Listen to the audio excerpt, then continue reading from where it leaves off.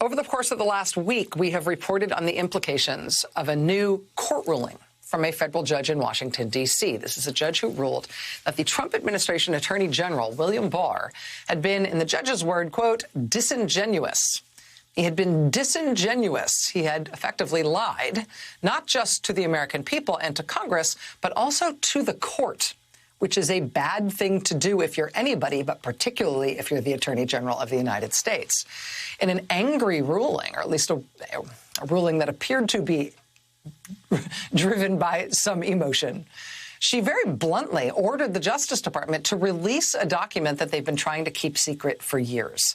This is the document that William Barr, when he was Attorney General, he used this document to create a purported justification for the Justice Department not bringing criminal charges against former President Donald Trump.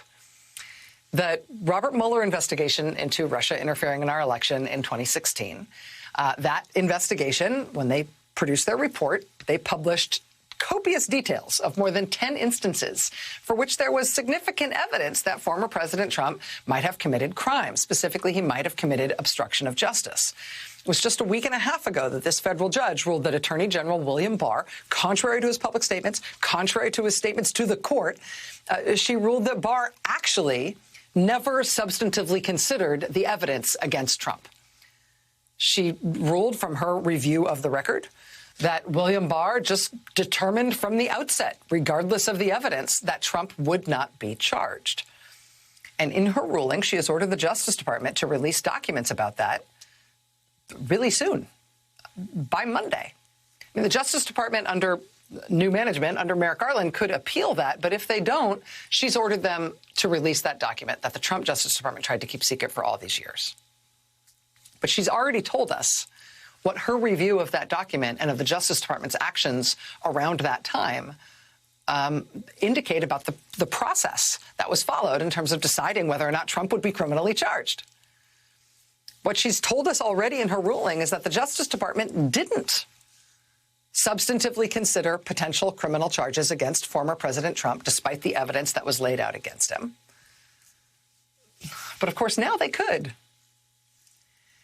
And on top of that very pregnant revelation about the former president and his potential criminal liability, the expected release of that document they wanted kept secret, which we think will come out on Monday of next week.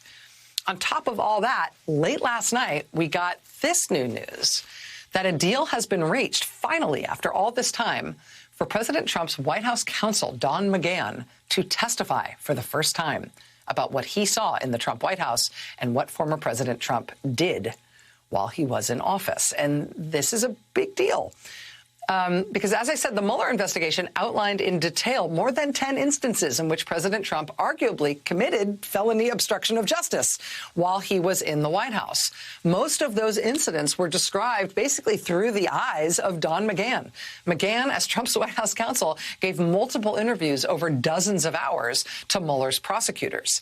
And those prosecutors determined by the rules of the road that it wasn't their call as to whether or not an indictment should be the end purpose of McGahn's testimony, whether they should take McGahn's testimony about Trump's behavior and use it to seek a criminal indictment of Donald Trump.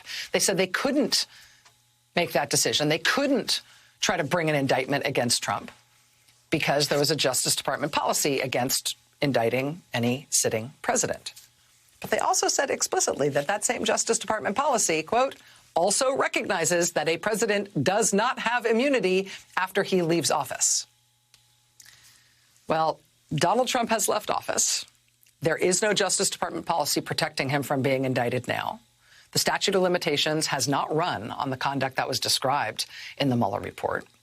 And the evidence against him in terms of these multiple serious allegations of obstruction of justice, that evidence was, in the Mueller report, obtained and preserved, laid out in a very orderly way by Mueller's investigators. A federal judge has just ruled within the past 2 weeks that the Justice Department at the time, they never looked substantively at that evidence while Trump was president. They never made a substantive determination as to whether or not criminal charges against Trump were warranted. The Justice Department is now free to make that determination if they want to. And just last night, a deal was finally reached to finally have testimony for the first time from the main witness against the former president for those obstruction of justice allegations. Seems like a big deal. And the timing of it is Shakespearean, right? That is all coming together.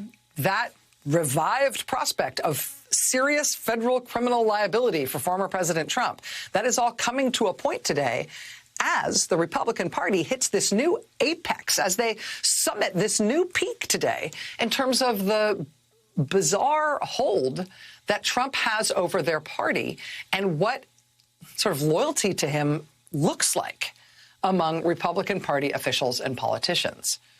As you know, this has been exhaustively covered. The number 3 Republican leader in Congress, Liz Cheney, today was voted out of that leadership job by her Republican colleagues in the House. Seems telling to me that they were so brave they wouldn't even take a roll call vote on that. They just did it by a voice vote, so nobody would have to be on the record in terms of what they did today to throw her out of office. Cheney herself, though, is still a member of Congress in good standing, and she each day proves herself well and truly capable of keeping the record straight herself. We